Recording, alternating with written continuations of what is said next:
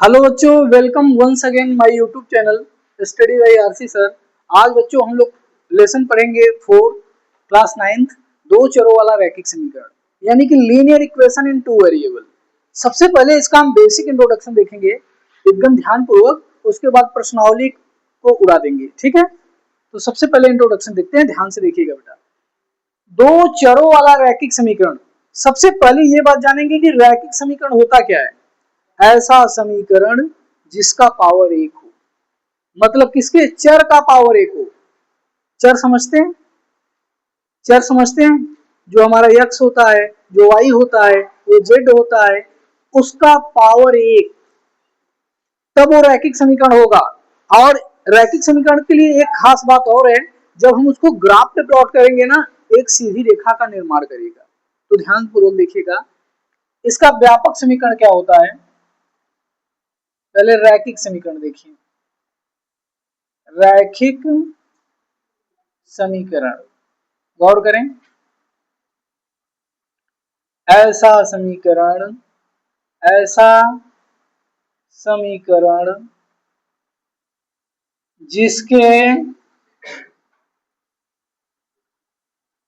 चर की घात एक हो, रैखिक समीकरण कहलाता है। गौर करिएगा, ऐसा समीकरण जिसके चर की घात एक हो, रैखिक समीकरण कहलाता है। या तो इसको हम ग्राफ पे प्रदर्शित करेंगे तो एक सीधी रेखा बन जाएगी। अब यहाँ पे रैखिक समीकरण में दो प्रकार के होंगे, एक लीनियर इक्वेशन यानी कि एक चरों वाला रैखिक समीकरण, एक दो चरों वाला रैखिक समीकरण। कितने प्रकार के भाई? दो प्रकार के। एक चरों वाला रैखिक समीकरण, एक दो चरों वाला रैखिक समीकरण। एक चर का मतलब होगा केवल उसमें x होगा या तो केवल y होगा। अगर दो चर वाला आएगा ना, तो उसमें x भी होंगे और y भी होंगे। तो इसका एग्जांपल देखते हैं। फॉर एग्जांपल हम क्या पढ़ रहे हैं बेटा, दो चरों वाला रैखिक समीकरण। तो देखिएगा, ax plus by plus c बराबर 0, ये रैखिक समीकरण का व्यापक समीकरण है। गौर करें बेटा, इधर ध्यान दें, x का पावर कुछ नहीं है तो एक है। ध्यान दो बेटा, x का पावर कुछ नहीं तो एक है, y का पावर कुछ नहीं तो एक है। तो x और y ये दो चर हैं, तो दो चरों वाला रैखिक समीकरण हो गया। और ये रैखिक समीकरण का व्यापक समीकरण है। अब जो आपका देखिएगा, a है और b है और ये c है, इन तीनों को हम बोलते हैं अचर। क्या बोलते हैं बेटा? अचर। और अंग्रेजिया में कहते हैं कांस्टेंट। क्या कहते हैं भैया? कांस्टेंट। और बच गया एक्स और वाई। क्या बच गया भैया? एक्स और वाई, इसको बोलते हैं चर। और अंग्रेजी में बोला था बच्चा है कि वेरिएबल। क्या बोलते हैं? वेरिएबल। अब देखिए, दो चरों वाला हो गया कि नहीं। अच्छा, दो चरों वाले रैखिक समीकरण को हल करने के लिए हमको दो इक्वेशन की जरूरत पड़ेगी, क्योंकि x है और y है। अगर केवल x होता तो हम इधर उधर करके x का मान निकाल लेते, केवल y होता तो हम पक्षांतर करके लेफ्ट हैंड राइट हैंड करके y का मान निकाल लेते। लेकिन यहाँ पे दो समीकरण है, मतलब दो चर हैं, तो हमको क्या चाहिए? दो समीकरण। अब भैया ये समझ लीजिए कि दादाजी हैं। क्या है? दादाजी। अब इनसे दो बच्चे प्राप्त होते हैं। कौन कौन भैया? गौर करिएगा। अब देखिएगा, अब यहां था a ना, तो आप कर दीजिए a1x plus b1y plus c1 बराबर 0। एक इक्वेशन हो गया है। क्यों हो रहा है? क्योंकि दो चर हैं x और y। और यहां हो जाएगा a2x plus b2y plus c2 बराबर 0। ये आपके दूसरे इक्वेशन हो गए। लेकिन आपको डिटेल्स बहुत ज्यादा नहीं पढ़ने हैं, आपको स्टैंडर्ड समीकरण यहीं तक पढ़ने हैं। और यहां से हमको कंपेयर करना होगा, एबीसी की वैल्यू निकालनी होगी। क्या करनी होगी? एबीसी की वैल्यू निकालनी होगी। आपके इस लेसन में इतना ही है, रैखिक समीकरण का व्यापक समीकरण क्या है और एबीसी की वैल्यू कैसे फाइंड आउट करेंगे। मैं एक सिमिलर क्वेश्चन करा के देता हूं, एक प्यारा सा प्रश्न है, ध्यान दीजिएगा, इधर गौर करें। ये क्वेश्चन है, मान लीजिए 4x प्लस 3y प्लस 6 बराबर 0 में आपको बताना है ए का मान क्या होगा, बी का मान क्या होगा और सी का मान क्या होगा। तो डरने की कोई बात नहीं है बेटा, बस आपको स्टैंडर्ड फार्मूला याद होना चाहिए। स्टैंडर्ड फार्मूला क्या है बच्चा, ax plus by plus c is equal to 0। Anyone ask you what is standard formula of linear equation in two variable, आप क्या बोलोगे बच्चा, आप बोलोगे भैया ax plus by plus c is equal to 0। तुलना करिए, क्या करेंगे, तुलना। सॉल्यूशन देखें इसका, पहले इक्वेशन लिखो 4x प्लस 3y प्लस 6 बराबर 0 को इससे तुलना करेंगे ax plus B Y plus C बराबर 0 से तुलना करने पर गौर करेंगे, जब हम तुलना करेंगे ना भैया तो हम तुलना कभी मत भूलना। अब देखो यहाँ x के बगल में के बैठा बा a, यहाँ x के बगल में के बा, तो भैया कह दे a बराबर 4 है, तो a बराबर 4 है ना। अब इधर देखिएगा y के बगल में कौन, b, और y के बगल में कौन 3, कह दे भैया b बराबर 3 है। और c होता है कांस्टेंट, c क्या होता है, कांस्टेंट, और कांस्टेंट का मतलब होता है अचर, और अचर का मतलब कोई भी नंबर हो सकता है। तो c बराबर देखा भैया का दे बहु c 6, आंसर हो गया हमार फिक्स। समझ आया कि नहीं, ये था बेसिक इंट्रो 4.1 के लिए। किसके लिए बेटा, 4.1 के लिए। अगर ये आपको समझ आया होगा प्रश्नावली आपके लिए मक्खन हो जाएगी। तब तक इतना आप नोट डाउन करिए। चलिए ध्यान दीजिएगा, प्रश्नावली आ जाइए 4.1। क्वेश्चन नंबर 1 ध्यान पूर्वक देखिए क्या बोल रहा है। एक नोटबुक की कीमत एक कलम की कीमत से दोगुनी है। एक नोटबुक की कीमत कलम की कीमत से दोगुनी है। इस कथन को निरूपित करने के लिए दो चरों वाला रैखिक समीकरण लिखिए। और संकेत में भी बोला है, मान लीजिए नोटबुक की कीमत x रुपए है और कलम की कीमत y रुपए है। तो ध्यान दीजिएगा बेटा, एकदम मक्खन है, कुछ है नहीं इसमें, गौर करें इसको, देखिए ध्यान पूर्वक। माना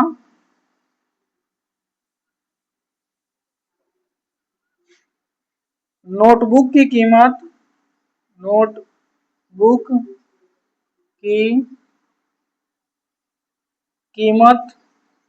x रुपए तथा कलम की कीमत y रुपए, ऐसा संकेत बोला है। आप कुछ भी मान सकते हो, कोई बात नहीं है, ठीक है। अब कह रहा है, अब प्रश्न के अकॉर्डिंग चलिए लिखेंगे प्रश्नानुसार। क्या लिखेंगे भैया, प्रश्नानुसार। गौर करें क्या बोल रहा है, कह रहा एक नोटबुक की कीमत कलम की कीमत से दोगुनी है। अब दोनों को हमको बराबर करना है। आप लिख दीजिए इधर नोटबुक और इधर लिख दीजिए कलम। गौर करिएगा, इसको ध्यान पूर्वक समझिए। कह रहा जो नोटबुक की कीमत है कलम की कीमत से दोगुना है, हमको बराबर करना है। नोटबुक पहले से दोगुना है तो 2 का गुणा किस में करेंगे, कलम में, तभी तो बराबर होगा। यानी कि 2 का गुणा इसमें कर देंगे, 2 का गुणा करेंगे। अब नोटबुक जो माने हैं वो लिखेंगे, जो कलम माने हैं वो लिखेंगे। ध्यान दीजिए, आपका ध्यान किधर है, व्हाइट बोर्ड तो इधर है, ध्यान दीजिए। अब नोटबुक हमने क्या माना था, x, और 2 गुणे कलम कितना है y। अब x बराबर का आ गया 2y। गौर करिएगा, अब इसे हमें रैखिक समीकरण के रूप में लिखना है। तो रैखिक समीकरण जो होता है ax plus B Y plus C is equal to 0, यानी कि 0 के बराबर लाना है। तो इसको इधर लाओ, तो x इधर आ जाएगा, तो क्या हो जाएगा, -2y बराबर 0। यह रैखिक समीकरण के रूप में हो गया, यह रैखिक समीकरण के रूप में हो गया। बोल दीजिए, अतः यह एक रैखिक समीकरण है, क्योंकि इसका रूप ax plus B Y plus C बराबर 0 के समान है। समझ गए नहीं? उसी के जैसा है। यहाँ पे सी नहीं है, जब है ये नहीं तो कोई मतलब नहीं है। लेकिन देखो यहाँ x है, यहाँ x है, यहाँ x के बगल में a है, यहाँ x के बगल में कुछ नहीं है तो एक है। जिसका कोई नहीं उसका भगवान होता है ना जी। यहाँ देखो यहाँ y है, y के बगल में b, y के बगल में -2। अब यहाँ पे c है लेकिन यहाँ c नहीं है, नहीं है तो कोई बात नहीं। अब जो बच्चा आज पढ़ने नहीं आया है, नहीं आया तो नहीं आया, खत्म बात, लेकिन क्लास तो चलेगी। समझ गए नहीं? इसी प्रकार से इसको आपको ax plus B Y plus C के रूप में ही लिखना था। इस तरह से इस क्वेश्चन का एक्सप्लेनेशन कंप्लीट होता है।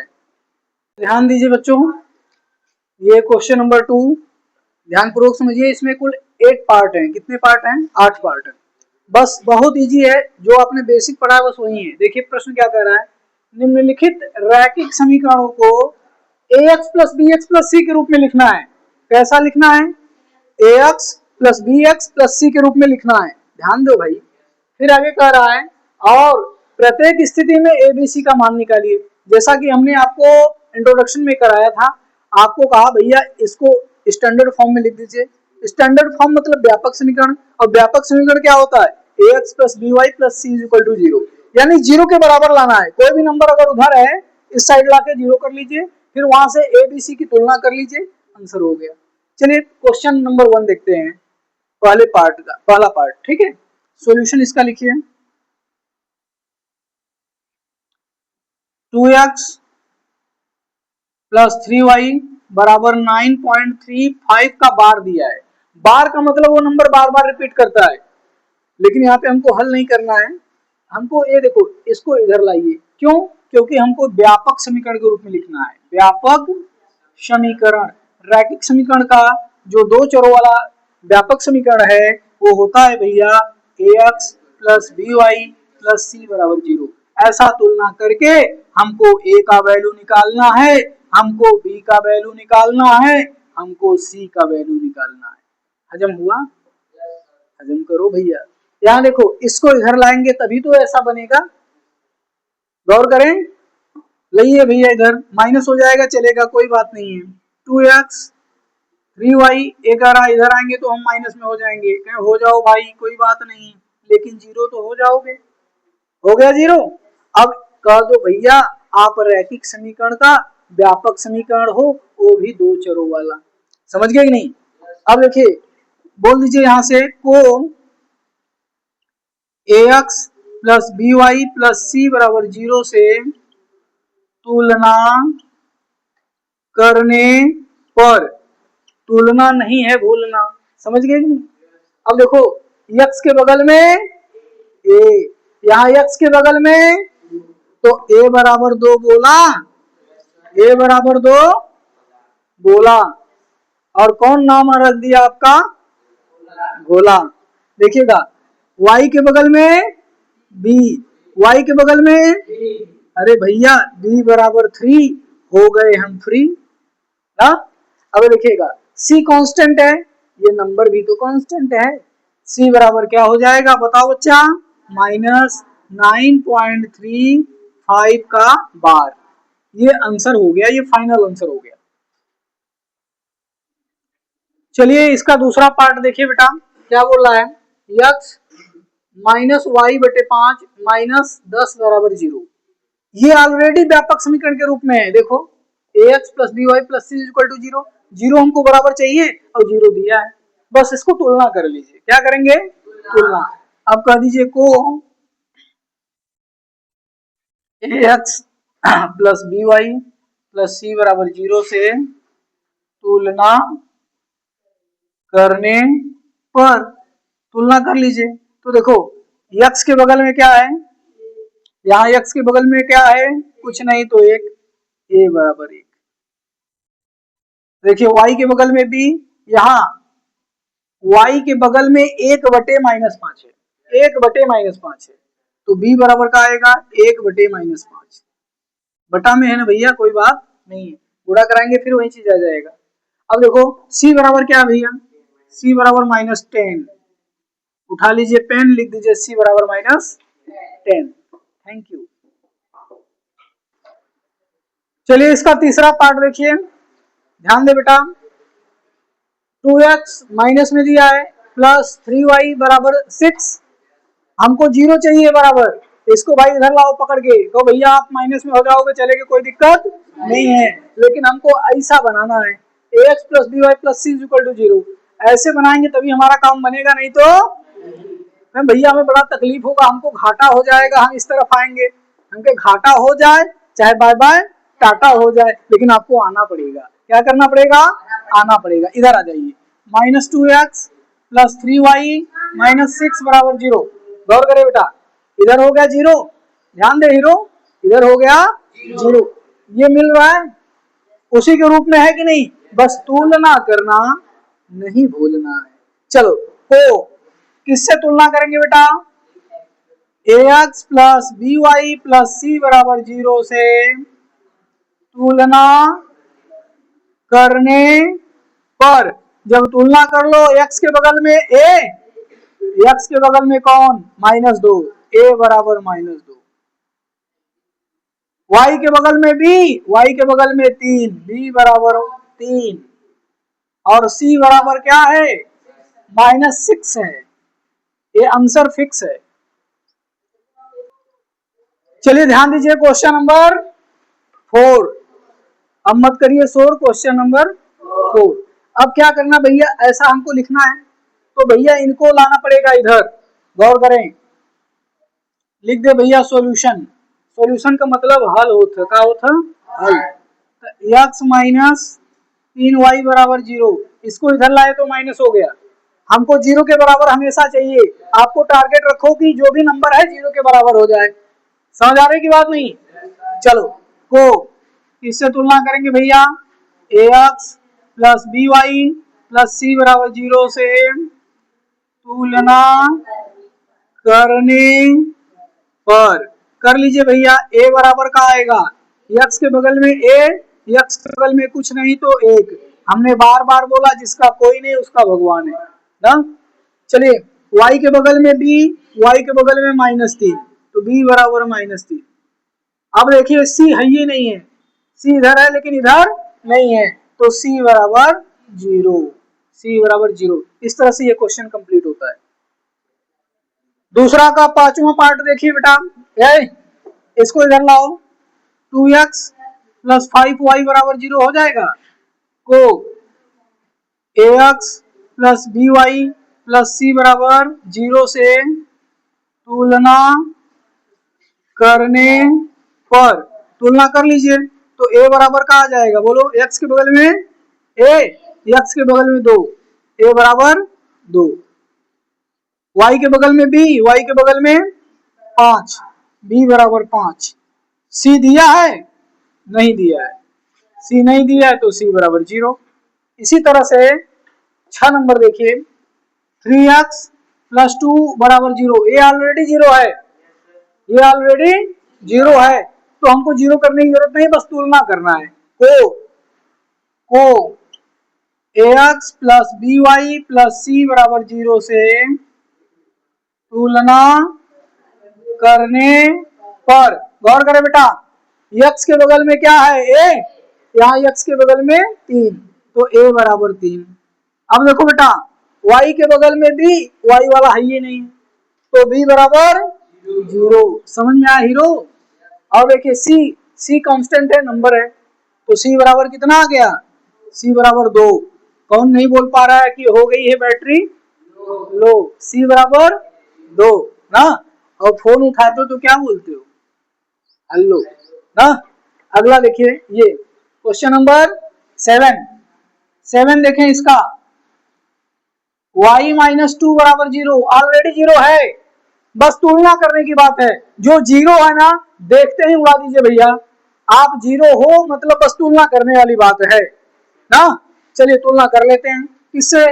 को ax plus B Y plus C बराबर 0 से तुलना करने पर क्या हो जाएगा, बोलो। x के बगल में a, और यहाँ x है ही नहीं है, a बराबर 0, y के बगल में b, y के यानी कि y के बगल में b, यहाँ y के बगल में कुछ नहीं तो b बराबर 1, c बराबर -2, c बराबर, शाबाश मेरे चीते, c बराबर -2। ये कंप्लीट होता है। 1 मिनट रुको, अभी ये भी कंप्लीट कर देते हैं। अभी क्वेश्चन नंबर 8 देखो, क्वेश्चन नंबर 8 क्या है, 5 बराबर 2x, गौर करिएगा, इसको ले जाओ उधर, 0 करना है, चाहे उसको इधर लाओ चाहे इसको उधर ले जाओ, जो इच्छा करी हो मनमाही, हम कुछ बोला बनाए। तो एक काम करिए, इसको उधर ले जाइए, तो 2x अपने जगह पे है, इधर जाएगा तो -5 बराबर 0, उसी के जैसा हो गया कि नहीं। ध्यान दे भैया, को ax plus by plus c बराबर 0 से तुलना करने पर, तो भैया देखो x के बगल में, यहाँ x के बगल में a, यहाँ x के बगल में 2, a बराबर 2, यहाँ देखिए y के बगल में b, यहाँ y वाला है ही नहीं है, तो b बराबर क्या हो जाएगा, अब c क्या है -5, c बराबर -5। इस तरह से पूरी प्रश्नावली समाप्त होती है, इस तरह से पूरी प्रश्नावली समाप्त होती है। और अगर आपको ये वीडियो अच्छा लगता है तो आप लाइक करो, सब्सक्राइब करो, अपने दोस्तों में शेयर करो। तब तक के लिए जय हिंद।